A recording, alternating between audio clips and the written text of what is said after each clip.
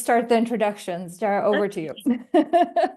Ksenia, what time is it in Berlin right now? It is 20 to 9, Okay. so All right.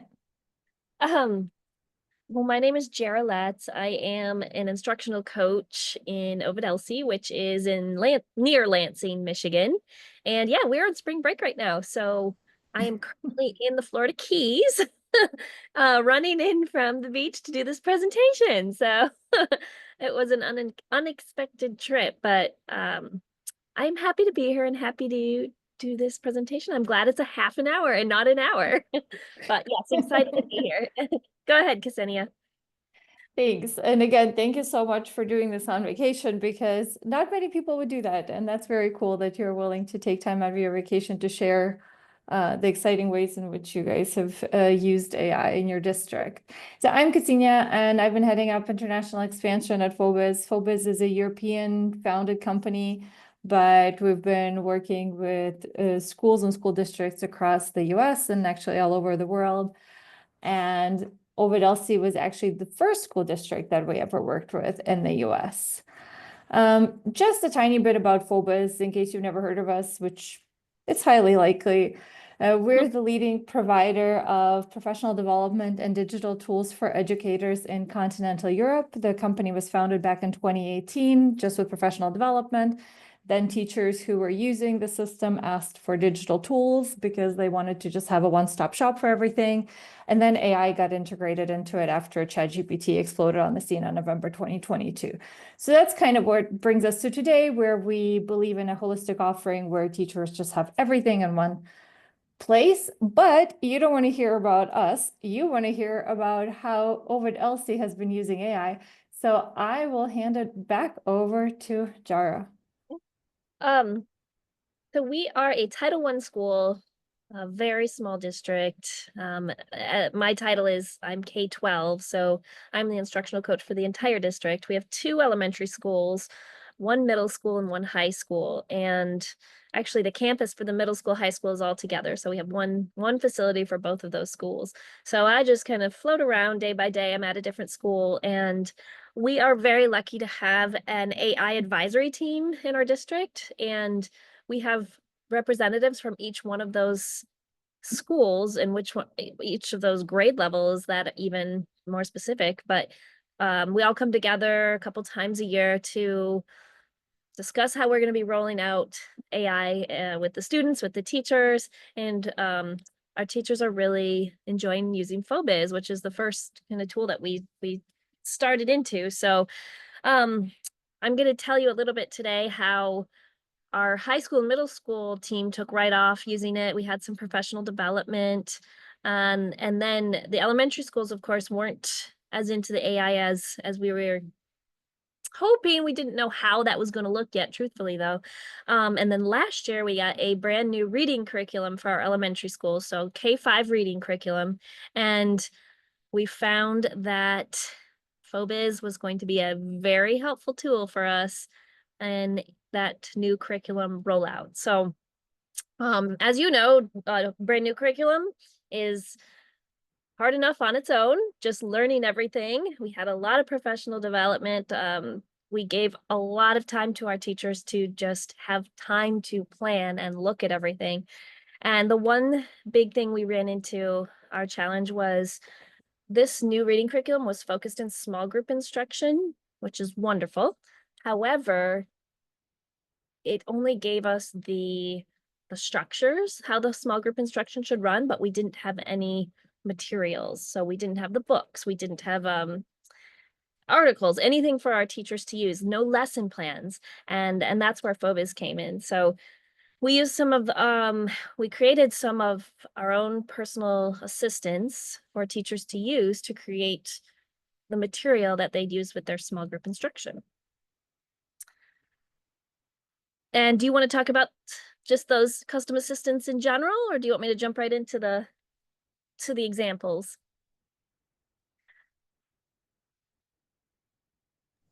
I think maybe let's go through the specific examples related to the curriculum, and then I'll go into the general things afterwards. Thank you. Okay, sounds good. So the first one is, we call it a VAC lesson generator, which is vocabulary and comprehension. And what this personal assistant does is takes any article that we found online, and we had a lesson that was structured exactly the way our new curriculum wanted it to be. You can see that example there on the right, where it had to have the vocabulary and it had to have the purpose, and we did some writing things with it. And so all of that you see in that chart form was specifically trained by the assistant to generate that based on the articles that teachers would put in. So they were finding the articles that they wanted to use for their small group, and then the custom assistant here was putting out the lesson plan and the things that they would need. And the reason that we liked this was because it was putting us all on the same page with, okay, what's this fifth grade teacher doing? And what's this fifth grade teacher doing? Well, maybe they're doing different articles, but they're still going to have the same lesson plan because we had used that custom assistant to generate it. This specific example was made for fourth and fifth grade, but we also did some different ones for different grade levels. So this one is just a common book. Actually, I think we did this one in second grade, Lyle Lyle Crocodile. And this one we just did probably 2 weeks ago. What our reading interventionist did was they took the books that they had on hand. So we had a whole room just full of chapter books. This example was from second grade. So this is just a common second grade read aloud book. Took the books that they had on hand. These are not part of the reading curriculum. These are just what we had. And we made a custom assistant for them to do some fluency lessons. So that's what you're seeing here. We said, we want this, this, this, this. We need extension activities for the higher groups, and we need specific scaffolding for the lower groups. Put it into the generator so the teacher could put in, actually it was our interventionist that did a lot of this work. They said, okay, we have the book Lyle Lyle Crocodile. We have 10 copies of it. Here's the lesson plan. So they generated this lesson. They stuck it in a Google Drive folder. We called them our differentiated instruction groups. So just basically taking those pain points away from teachers. All they had to do was go into this drive and say, okay, what book do I want to do next week? Literally just print this lesson plan, grab the book from the shelf, and they were set to go. So we're in about 2 weeks of using these new lessons that we've made. It took us about, probably the past month to make them. So it was really easy for the teachers to have. But now, since all the pain points are taken away, all we did was give them this folder in Google Drive and they know where it is, they can grab them. The second step, though, we are planning to teach them to use this. So if they have books in their own classroom and they want to use this same lesson generator, they can have the link. They have the link to the custom assistant, and they can pop in their own book. And again, it will give them the same structure, all the things that we're looking for that small group, and just depends on what book they want to put in. So far, it has been super effective for us. We're having some good results. Teachers like it. And that's the most important thing.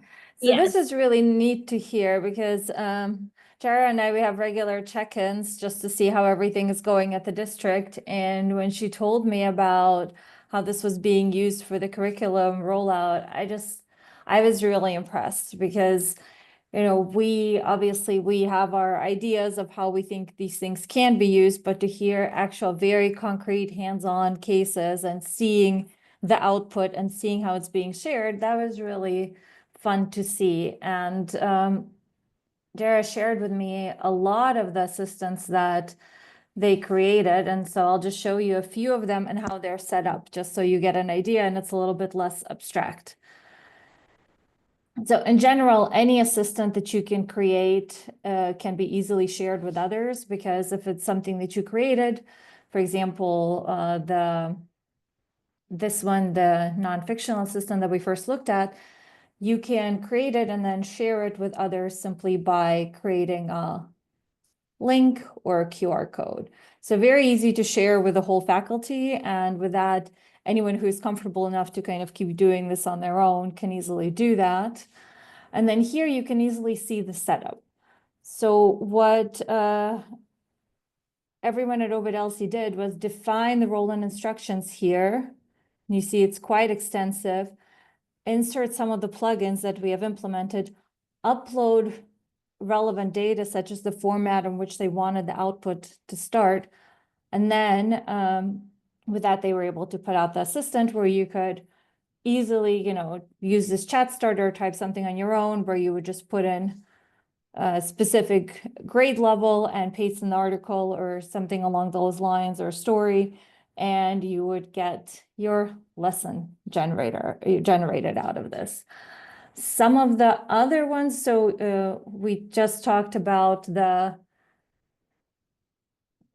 fluency and comprehension lesson generator. Same thing, it's the same setup, but in general, the way these assistants are set up within the fobizz platform, it's very simple. It's not that different than probably the way you've done it with ChatGPT. There are just a few other capabilities that come together in this case.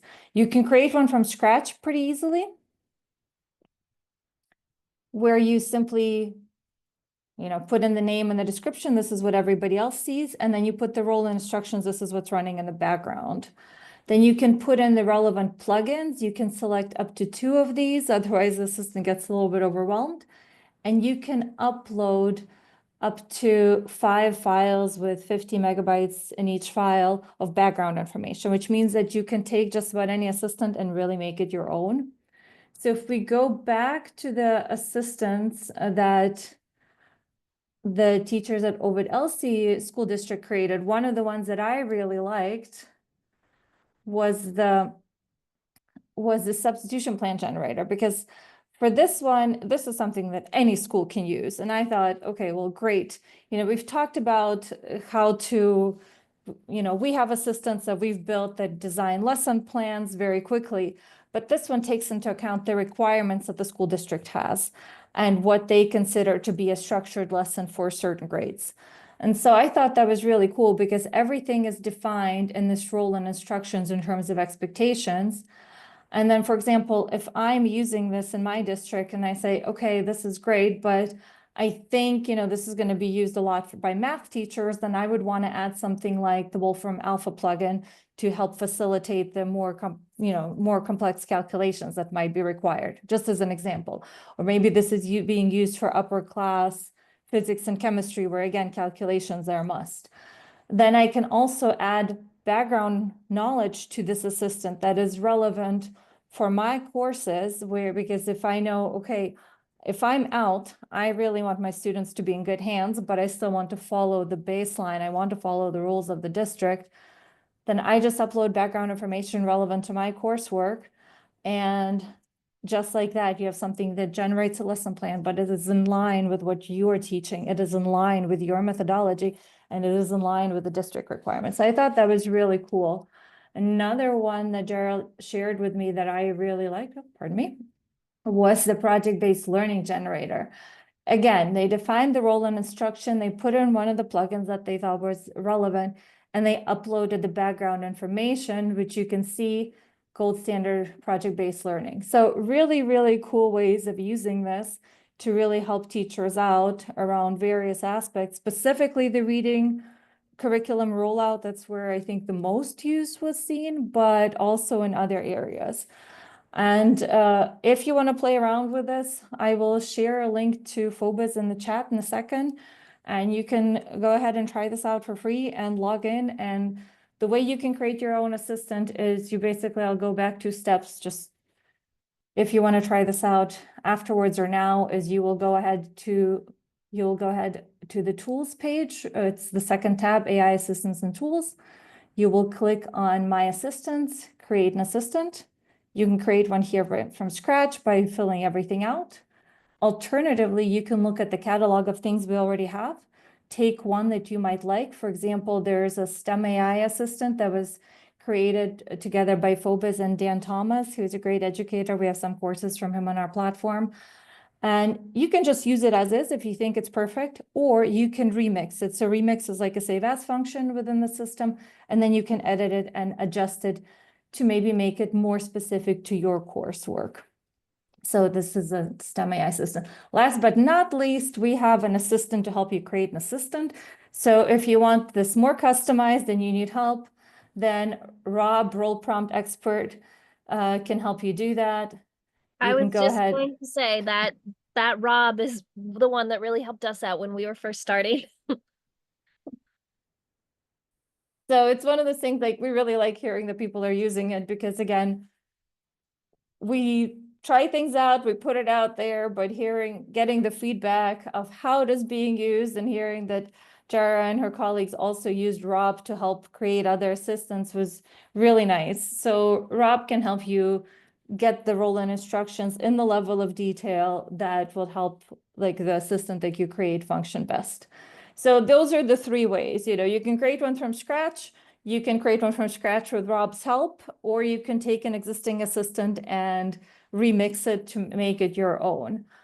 But going back to the assistants from here, I actually think that because we still have a few minutes, it would be cool to hear more about how Jarrah's district is using it beyond just the assistants or using assistants with students and not just for teachers, because we've heard a lot about the teacher use cases so far.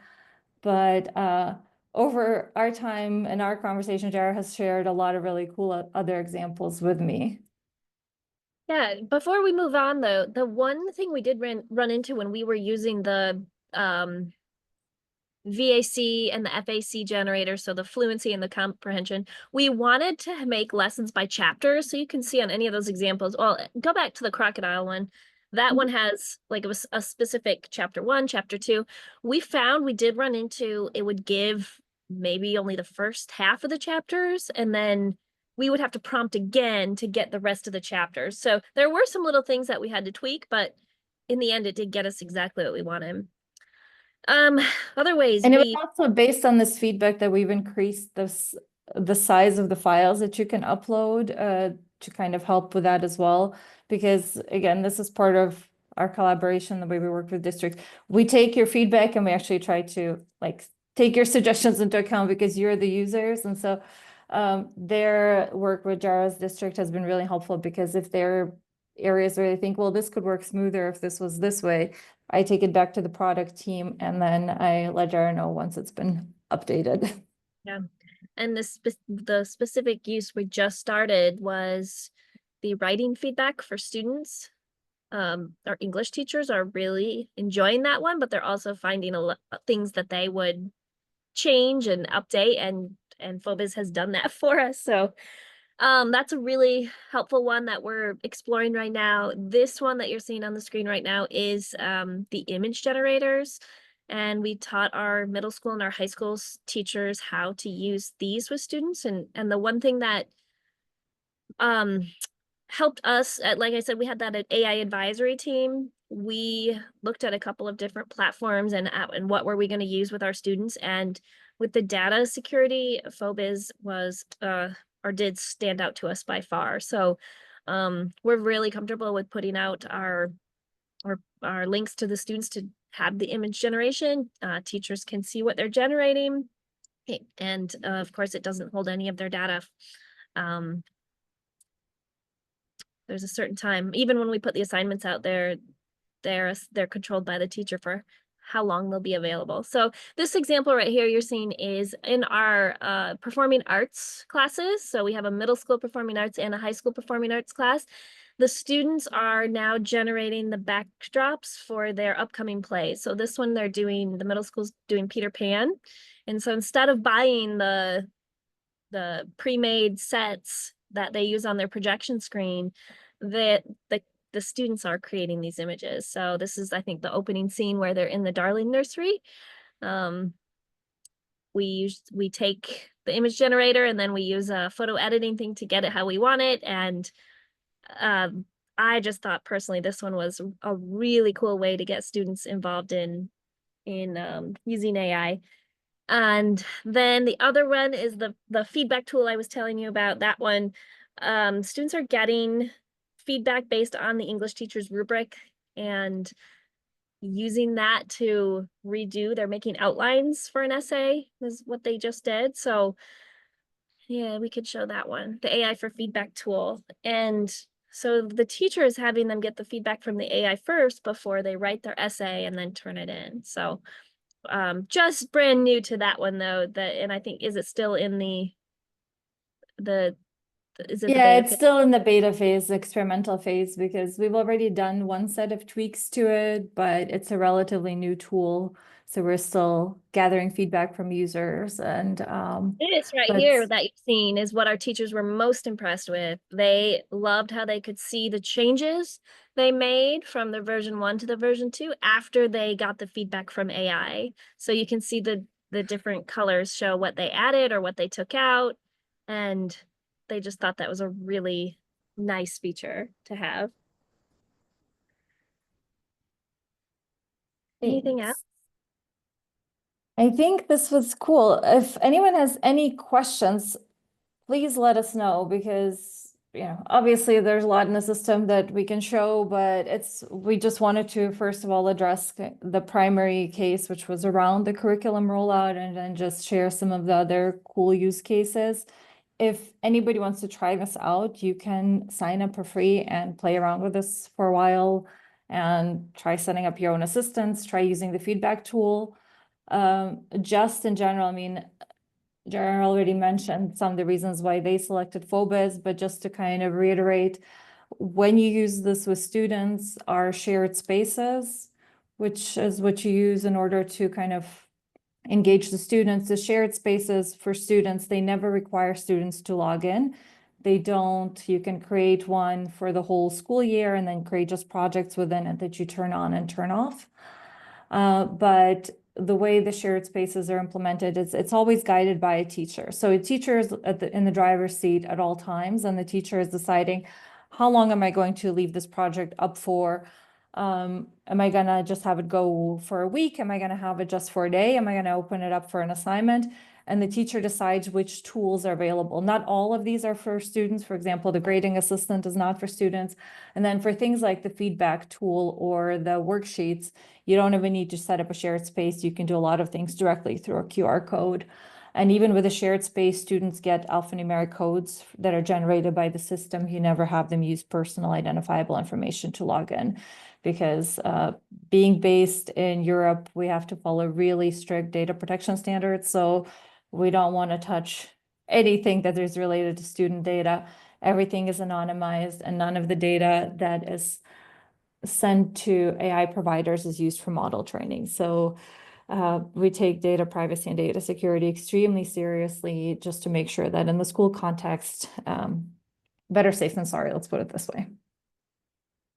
And I will add, when we were looking at different things with our AI advisory team, one of the things that a couple of our teachers said was, well, it doesn't look like other models. It's not as school like what's a good example? Like maybe cartoony or just they after we had the trial and we used it, they all agreed in the end that it could do just as much or more as those other flashy ones that they were seeing. So we're very happy with our choice. And again, the price was really good for us. Being a Title I school, we did not have much to be able to use for an AI, not only with the team, but just convincing our school board that this is important and this is what our kids need in the future. So yes, we're very happy with fobizz. Thank Especially you. curriculum.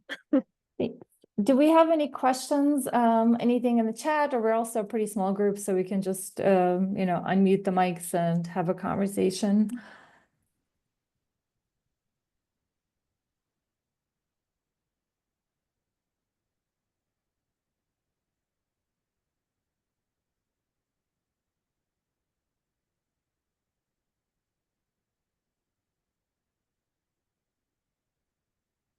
Doesn't look like we have any questions. Well, thanks everyone for stopping by. We'll hang out here for a few more minutes if any questions come up. Otherwise, we'll let Jarrah get back to her vacation. Thank you again so much for taking time out of your vacation to share your story of how you're using AI in your district. It's really cool.